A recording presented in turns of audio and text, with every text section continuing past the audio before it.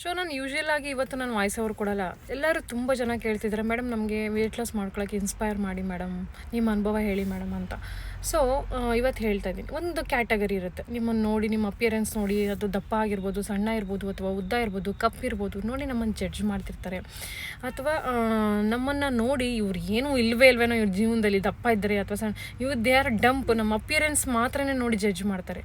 ನಾವು ಅನ್ಕೋತೀವಿ they are very bad people ಅಂತ. ಆ್ಯಕ್ಚುಲಿ ನನ್ನ ಅನುಭವದ ಪ್ರಕಾರ ನಾನು ಹೇಳೋದೇನಪ್ಪ ಅಂದರೆ, ಅವರೇ ನಿಮ್ಮ ನಿಜವಾದ ಗುರುಗಳು, they are the real teachers. ಅವ್ರು ಮಾತ್ರ ನಮ್ಮ ಎತ್ತಿ ಹೇಳ್ತಾರೆ ನಿಮ್ಮ ನೆಗೆಟಿವಿಟಿ, ನೀವು ಜೀವನದಲ್ಲಿ ಏನು ಮಾಡಬೇಕು ಅನ್ನೋ ದಾರಿ ತೋರಿಸೋದೇ ಅವರು.